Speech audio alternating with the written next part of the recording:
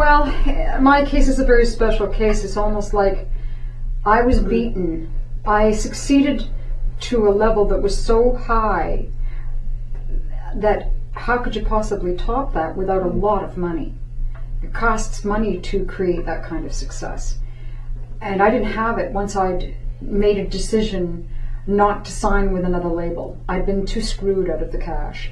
I'd seen too many wrong moves. I'd done music I didn't want to do. I needed to do things my way, and I needed to chill. I needed to go and figure out my life. I needed to figure out what's inside me, and to enjoy what God-given gifts had come to me. I needed to go and process all of this. And at that time, by default, I didn't know how I was going to return. But the circumstances, I can tell you the circumstances. It was uncanny.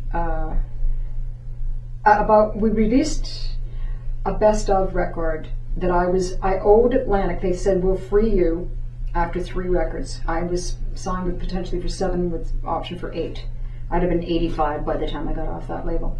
And unless even if I made a great record, it might never have been heard, because that's the way it goes. The people in the camp change, and you don't have supporters, and if you don't, you're screwed. You just keep on making records, or that you don't. You make the records and they don't release them. But they won't let you go somewhere else because they don't wish for you to be successful than anybody else, because they have such huge egos. They're afraid that you're going to show them up. So they hang on to you when you're imprisoned like a bird in a cage. So they let me go. Myles Copeland said, you ruined it. You were going to support this 3rd record. You did not. I could have done this record. It was a great record, blah, blah. And he A&R'd the record with me. So he begged them to let me go, and they did. Had I not had Myles Copeland to let me go, I would never have found my way off that label. No way, because he was powerful. And it was all about, embarrassments and so on. So he went in and shook his fists and said, let her go. They gave me the 3rd record back, and with the promise I would do a best of for Canada. So I did the best of. And as I was doing press for it, the only place in the world, I was doing national press for a paper that accused me of canceling a show in 1992 because I was a cocaine addict and I saw red. I have never seen me matter.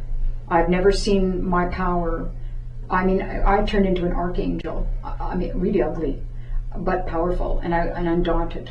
And I said, I will not allow this. You can say anything you want about me, and they all have said nasty, nasty things about me because of whatever I project or whatever I got too successful for a Torontonian. So, and the Canadian press can be brutal. But this time I wouldn't let them have it. So we spent 2 years of nasty battling back and forth with lawyers.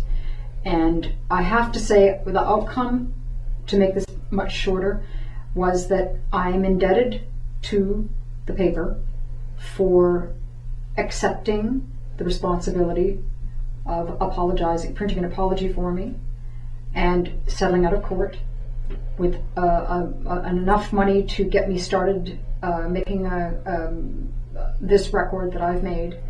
And I can look back with absolving, the forgiving. Mistakes are made. Somebody made a mistake. It happened. They fessed up. They did the right thing. And they placed me in a position of power financially so that I could go in and make my own record my own way. Because the way I want to make records is very, very costly. It's like I demo as I go, but that's how I make them. So I spent 5 years doing it. But the better part of 5 years, probably in the studio about 3. And I made, it was very expensive, and I cut deals with people everywhere I went. And musicians still need to be paid. Artists still need to be paid. But they all cut me some slack. And I paid the producer, Mike Borkowski, and I worked with a producer in France that aided us, but Mike Borkowski did the lion's share of the work. He really did a fantastic record for me. And I policed him, but he was creative and quite a talented genius. He made me a great record and basically copied the formula, and we worked together on songs I had written, and he would add his 2 cents with, because he's a really great musician with a good sense of chordal sense. So he brought in what the songs might need, a little finishing touches and so on. I shared some songwriting credits with him, but it mostly is my own deal and what it is that I wanted. And he was very gracious in giving me everything that I wanted while using his exquisite talent. This is Nick Beat with Nancy Billis. We're talking to Alanna Myles. We're lucky enough to have her in the studio. That's the Alanna Myles. It's a pleasure. And it's great to have her here. And she went through a heck of a lot to get here tonight, including a flat tire. do we have some ads coming up there, Mr. Omar? We do. We've got an ad or two to come up. And then we're actually, after the ads, we're going to play track 4, which is by Alanna Myles' new material, Only Wings. Track 4, and then we'll be back to talk to Alanna and hear some poetry, folks. So, we'll be back, listen to Alanna Myles, and we'll be back in about 5 minutes. 946-7000, call us.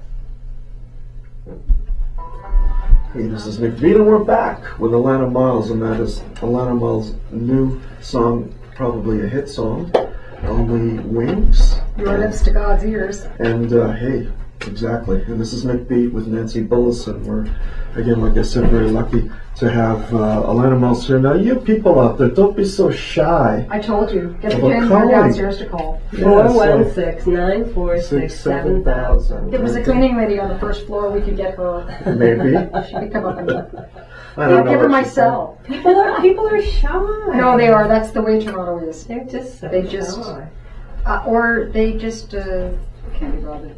Well, Alanna, can I ask you, do you enjoy being famous, celebrity? Is it got its... Well, yeah, I haven't been for a while. You know, I enjoy that more. Really? Well, I really enjoy, like, I'm doing things like going to Winners and shopping in places I know I won't be able to in another year. It's like, shop just now. before I got really, really famous, I went to movies. And I was afraid to go to a dark theater and watch a movie. I hated it. But I knew I wasn't going to be able to do it amongst my brethren. So I went, and I'd broken up with Christopher, and I was alone. So I went like practically to 3 movies a week, just because I knew one day I wasn't going to be able to do it. I did all these things I knew I wasn't going to be able to do, because I knew what was going to happen. Nobody else did. I just sensed it. And now I'm sensing it again. It's like a repeat performance. I've had all these years off for people to not recognize me, and I go to the store and I don't wear makeup, and I dress like a kid, so, I think maybe I'm selling myself short. They do recognize me, they just don't say anything. They do. They just don't, they're very tasteful, and they leave me with my space. Yeah, they leave you be. So it's all very cool, but I like being famous, but I like the respect more Okay. that people have for my music. I don't care about my ego can handle them never knowing who I am. If I didn't have to put my face on the cover, I'd be happy. This is Nick Beat talking to Alanna Myles and CIT's Housebook, which sure comes every Tuesday. We actually have a caller. Wow, success. Uh-oh. You reached the show. Hello, are you there? This is Nick B. Hello, it's Penelope. Hey, Penelope, how are Hi, you doing? Penelope. Okay, I'm fine. Thought I should call in. Oh, well, that's wonderful that you did. Yeah. I wondered, Alanna. Yeah. Hi, Penelope. Hi. I wondered, I heard you at a couple of the open stages singing, and I just wondered, you got such a powerful voice. I wondered what sort of training you had. Oh, that was a very nice question, actually, because I have had, I wouldn't say extensive, let me think, it's been a while. I remember really, really making Christopher angry with me because I stayed to do a seminar with a woman from Chicago who taught me the most valuable lesson, and I'm going to tell it to you, at a seminar, and I missed a Prince concert. I showed up for like 45 minutes left of the concert, and he was livid because he got these tickets. And but I was in my own concert. I was learning from this amazing African American jazz teacher, blues teacher, how to give my voice 4 more notes on the top and 4 more, well, mostly on the top. That's huge. Yeah, really. I can show you now.